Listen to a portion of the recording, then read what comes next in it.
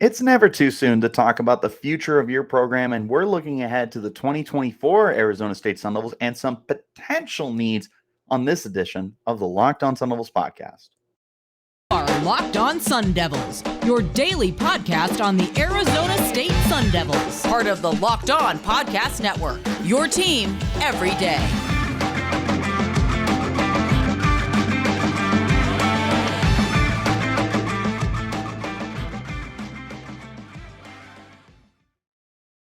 Hello and welcome back to the Locked On Sun Devils podcast, part of the Locked On Podcast Network, your team every day. Thank you, as always, for tuning in, and a special shout out, as always, to the everydayers who are here every day. Wherever you're getting your podcast, hit like and subscribe, turn on those notifications so you get an update whenever we post new content, and stay in touch with that content by following me on Twitter at Richie Bradshaw36 and the podcast at LO_Sun Devils. Now, as I said at the top of the show, it's never too early to talk about the future of your program. This is mainly true when it comes to rebuilding programs like the Arizona State Sun Devils. This can also be true for college sports in general. Like, it's a constant shuffling. We're not done with movement for 2023, let alone for 2024. There's still transfers to be had. There's still recruits to be had. There's going to be a lot of changes after the conclusion of the season. There's going to be guys that leave. There's going to be guys for the transfer portal, guys for eligibility reasons, and guys that head to the NFL. Like, there's going to be a very different Sun Devils team in the 2024 season. And I truly mean a very different team. There is more than a handful of seniors on this roster right now. There is more than a handful of guys who could be looking for opportunities elsewhere.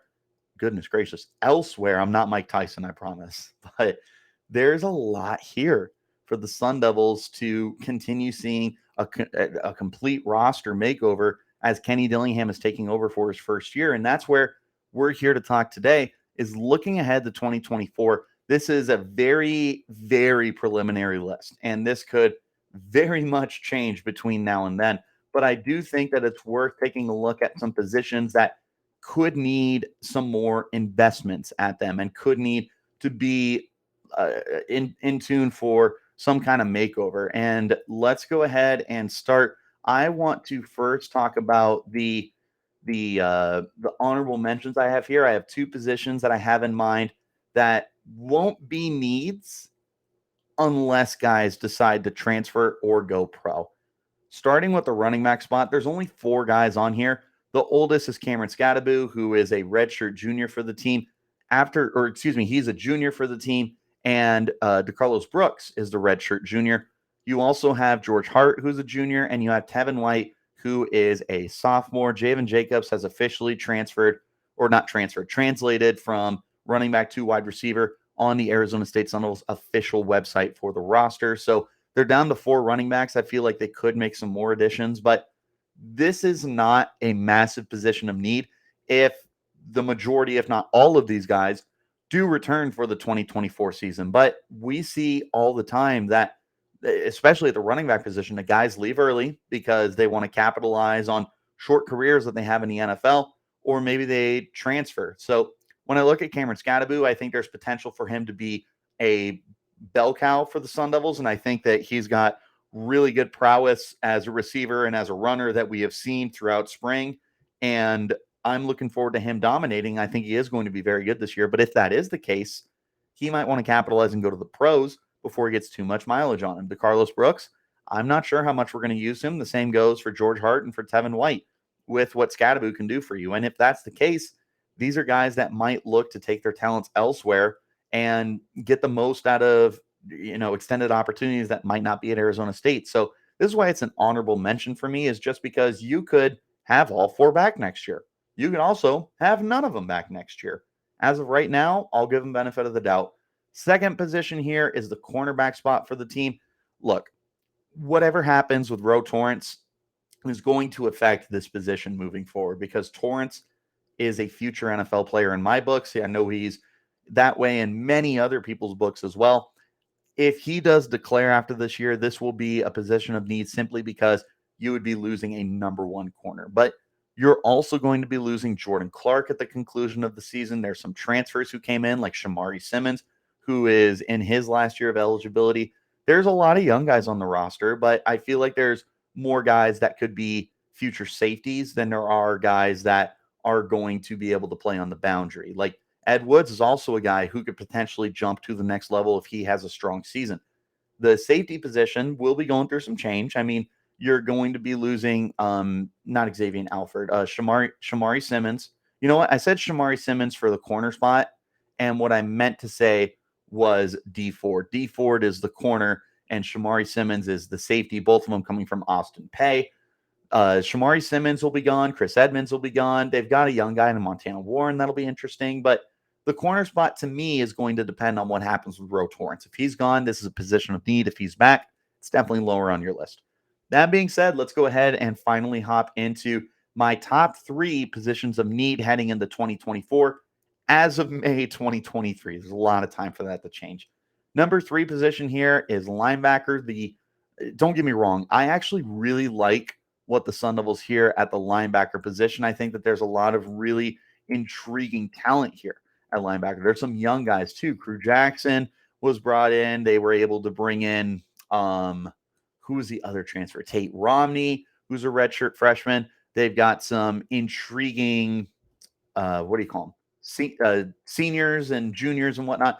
James Johnson will be getting an opportunity after riding the bench last year. Dylan DeVito is a redshirt sophomore. I mentioned Crew Jackson. You've got Tate Romney, who I mentioned. Like, there's a lot of young guys here. Kavion Thunderbird is an incoming freshman for the team. There's a lot of young guys, and we're going to find out a lot about this unit in the 2023 season. That's the reason it's lower on my list, is because the vast majority of these guys could be back. Will Schaefer, Caleb McCullough, who was the other guy I just scrolled by and missed? I've got the website in front of me. Jacob Jorndal, I feel like I totally butchered that. And Zach Bauer is the only redshirt senior on this team. I lied. Travion Brown is also a grad senior. But outside of those two graduating, you could potentially bring back the vast majority of those guys. The reason it's on my list is there's so much competition that you could potentially see a lot of transfers out of the program. And quite frankly, we really don't have a lot of proven guys here. Like, outside of Trey Brown, we have no idea who's going to be starting next to him. It could be young guys like Romney and Jackson. It could be veterans like Schaefer and Joncum. It could be some of the other seniors or not seniors, some of the other veteran guys on the team like Zach Bowers or like Jacob Jorndal, Jornadal. There was another A that I was missing. Jornadal. There's a lot of guys on this roster that are going to be competing, but until we know for sure what we have out of the linebacker spot, I think it is fair just to question what we've got there. I'm not saying any of these guys are terrible. I'm actually excited for the young guys here. I'm incredibly excited for Trey Brown. I want to see what you got out of Schaefer, out of Joncum, out of McCullough. There's intrigue here at the linebacker spot. The bottom line, though, is we don't know what it's all about. We don't know if these guys are going to end up being quality players for Arizona State. We don't know if they're going to be guys that transfer out of the program because they don't get playing time, which we saw with Connor Soley last year, which we saw with I still can't remember his name. The freshman that we had who was a freshman All-American, 6'6". He was like 100 pounds soaking wet. Wasn't that small, but he ended up going to USC. I can't remember his name to save my life. I couldn't remember him on the other day when I talked about the show, and I can't remember him now. I do wish we had him, that's for sure, but neither here nor there. Bottom line, it's just a lot of unproven guys at the linebacker position. I'm excited to see what we have moving forward. I'm not of this disbelief that there's no talent at the linebacker spot. It's just so much uncertainty, so many question marks that it is fair to ask whether or not this is going to be a position of strength or weakness. And it's the reason why I have them as my number 3 potential position of weakness, or at least potential need to add talent to for the 2024 Sun Devils. Guys, if you're looking for a delicious snack and don't want the sugar and calories, you need to get the best tasting protein bar ever built. You got to try this. If you're like me, you want to make healthier snack choices, but don't want to compromise on taste, I got just the thing for you. Built Bars and Built Puffs. Built Bars are healthy and taste amazing. Seriously, they taste so amazing, you won't think they're good for you. You got to try this. What makes Built Bars so good? Well, for starters, They're covered in 100% real dark chocolate. You heard me right. Real chocolate. They come in unbelievable flavors like churro, peanut butter brownie, cookies and cream, and so many more. I don't know how Built does it, but these bars taste like a candy bar while maintaining amazing macros. And what's even better is they're healthy for you with just 130 calories and 4 grams of sugar, but a whopping 17 grams of protein. Now you don't even need to wait to get a box. For years, we've been talking about ordering Built bars at built.com, but now you can get them at your local Walmart or Sam's Club, while you can still get your favorite specialty flavors at built.com. That's right. Head to your nearest Walmart today, go to the pharmacy section and grab yourself a box of Built bars. You can get a 4-bar box of cookies and cream, double chocolate, or coconut puff if you're closer to Sam's Club. Run in and grab a 13-bar box with our hit flavors, brownie batter puff and churro puff. You can thank me later. Get yourself a great tasting protein bar. Get yourself the difference with Built Bar. You got to try this. All right. Talking today about the need for 2024. But for those of you that are interested in sticking around tomorrow, and especially my everydayers, shout out to you guys. Tune in as I look at some potential strengths for 2024. We do the opposite of today. We look at positions that look very deep for the future moving forward. Make sure you tune in tomorrow wherever you're getting your podcasts. Number 2 position of weakness for me. And this was really tough between number 1 and number 2, because there is absolutely going to be an exodus of talent at this position, which is the reason why I have them this high. It's the tight end position.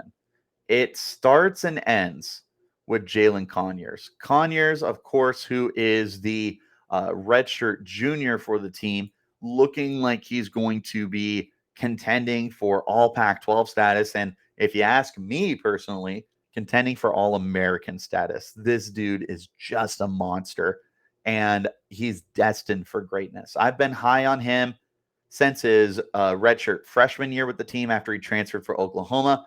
I thought he should have been getting more opportunity than Curtis Hodges at the time, and that's no Curtis Hodges slander. It was just I was high on Jalen Conyers.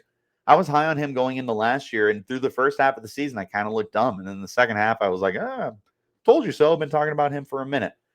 But anyways, he is absolutely going pro at the end of this year, provided he dominates the way that we all believe he's going to. And when he does declare, there's going to be a lot of turnover here.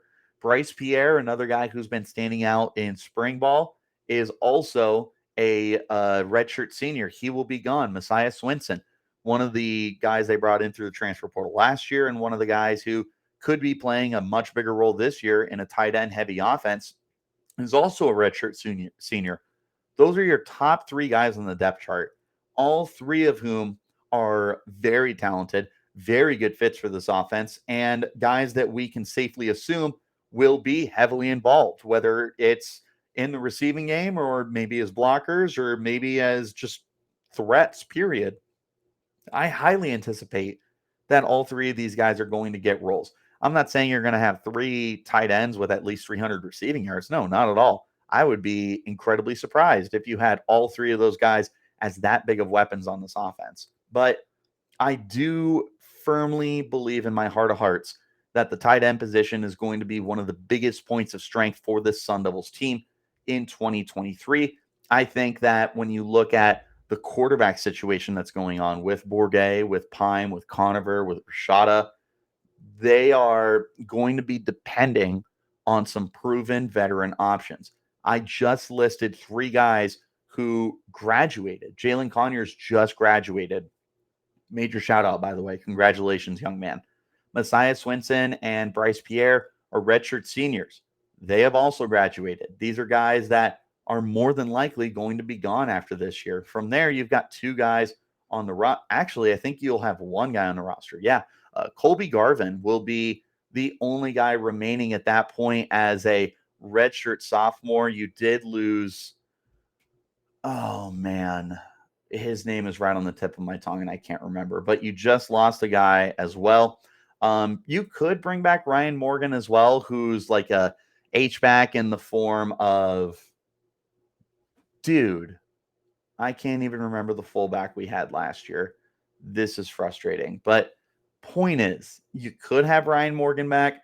You could have, I just had his name, Colby Garvin back, but it's similar to the linebacker position. It's just a lot of unproven guys. And I know that Arizona State is attacking the not the transfer portal, the recruiting class strongly at the position. I know they brought in a lot of guys.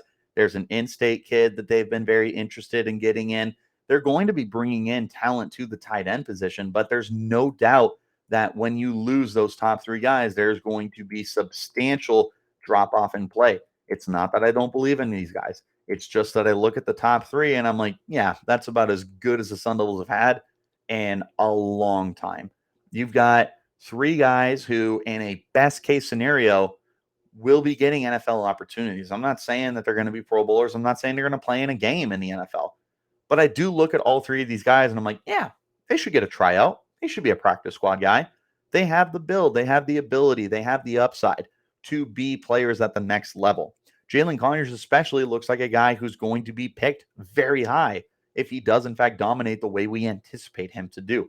So with that in mind, that's the reason why I think that the tight end position will be one of the positions that the Sun Devils could be potentially weaker at in the 2024 campaign, and definitely one of the positions that I would highly anticipate is going to be one of the biggest needs heading into next year and be addressed. One more time, I want to make sure that the everydayers get some special love, but you guys as well. Thank you as always for subscribing and watching. Tomorrow's edition is the exact opposite on today's podcast. We're looking at potential strengths for the 2024 season, so make sure you tune in wherever you're getting your podcasts. All right, the number one position of need for the Sun Devils, I have no surprise, the offensive line. And this is not offensive line slander like I have been known to do on this podcast. No, rather it is me saying there's going to be a lot of change to this offensive line. There's already so many seniors here. Emmett Boley is a grad senior. Aaron Frost and Ben Coleman, who unfortunately they're both injured, are grad seniors as well. You have Joey Ramos, who is a redshirt senior. You've got Ben Bray and Lee Fontanu, who are redshirt juniors. And if they play well, and both of them have shown the ability to play well, respectively, Bray at ASU, Fontanu at Las Vegas, Nevada, they could make the jump as well. You've got some younger guys like Isaiah Glass, who he's got the athleticism for sure. If he can build on it, he might also want to jump. I don't know. Max Ionacre, we're waiting to see with him. Kyle Scott, we're waiting to see with him. Bram Walden, I'm excited for, but, redshirt sophomore, hopefully he's able to get onto the field. Matt Catergaris, I hope I pronounced that right. My apologies if I didn't. Redshirt freshman, we'll see with him. Sean Naa, redshirt, or just a freshman. I can't even talk. Just a freshman, we'll see with him. Siri Candielli, freshman, we'll see with him. And yeah, that's a lot of unknowns right there. That's a lot of guys that are going to be gone. I just named 3 grad seniors, plus Joey Ramos, who was a redshirt senior. That's 4 guys that are going to be gone. And if Coleman and Frost can find a way to get healthy for this season, they're going to be starters. You can pencil that in. We of the 4 I named that are seniors, Boley is the guy who's going to have to do some proving to get onto the field. He was here last year and didn't see too much action. He's going to have to do some proving. The other 3 guys could be starters for you. That's a lot to replace. Isaiah Glass, I anticipate he'll be back next year, not to any of his abilities, but simply to continue adding on to his resume to show that he is able to benefit and get to that next level. He's going to want to put on as much tape as he possibly can. I anticipate that for him. I anticipate that for some of the other young guys as well. But nonetheless, I've highlighted this position as, somewhat concerning heading into this year. I believe that once these guys are gone, that are the older members here, you're going to need to do a lot of rebuilding. This is going to be one of the biggest priorities for Kenny Dillingham, is getting this offensive line back on track, getting it back to producing quality guys. We had Jamil Douglas. We had Christian Westerman. We've had Kellen Deesh. And there's been, I can't remember the center's name. I'm just rambling names off the top of my head right now. Don't hate me for not having my notes ready. I'm just naming guys. Point is, looking at the offensive line, there's going to be a lot of change. There's going to be a lot of who's in, who's out from this year's roster. You could see transfers, as we always do. We saw Ben Scott transfer. We saw Ladarius Henderson transfer. If they had kept on to both of those guys, I'd be a little more confident about the unit as a whole. But now you're not only asking me to have the confidence this year, but you're asking me to have the confidence for next year. It's not quite there yet. And I'm more than happy to be proven wrong. I can't emphasize that enough for the people that want to hate on the things I say for being critical, like I'm supposed to be doing, because it's my job to be critical. Just saying. I am just trying to look at this team outside of a bubble, outside of the players that I do love and the players who concern me. We have to realize that this unit needs an influx of talent. We'll wait and see what happens. 4 guys that are leaving next year, no matter how much they play, is tough. You've got 5 spots on the offensive line. You have to replace 4 guys as is. You've got a lot of young guys who don't have a lot of experience. You've got a couple guys who are redshirt juniors and juniors that could potentially go to the next level as well. Like, this is potentially a unit that's going to be absolutely decimated. And we're not even factoring in the transfer portal at this point. This is, to me, the absolute highest need for the team right now, heading into the 2023 season, let alone what we're going to be looking forward to for 2024. We will wait and see. But that's my number one position of need. What do you guys have as positions of need for 2024? More importantly, what do you want to see recruited for the team? Who are some of the top guys you want to come to the program? Who are some transfers you're interested in? Let me know in the comments. Let me know on Twitter at Richie Bradshaw36 and the podcast at LO_Sun Devils. Until next time, that's all I got for you guys. Actually, real quick, before we wrap up, real brief thoughts here. I do want to talk about him more on another podcast. Jordyn Tyson, the Colorado wide receiver transfer, has landed with Arizona State. For those of you who are not familiar with Tyson, he had a ridiculous 5-catch, 115 yards against Arizona State. This past season, he also had a punt return touchdown on the Sun Devils before suffering a leg injury that ended up costing him the rest of the season. He had surgery. We'll wait and see what happens to him moving forward. He's a game breaker, and he's a big play threat that the Buffs were really upset to lose. He's a Sun Devil now. He's going to give you some juice in the return game. He's going to give you some juice as a deep threat. He's really exciting. Like I said, I'm going to be talking about him more later on, either at the end of this week or at the beginning of next week. But to get in on that conversation, make sure you hit like and subscribe wherever you're getting those podcasts. Until next time, you guys keep it locked right here on Locked On Sun Devils.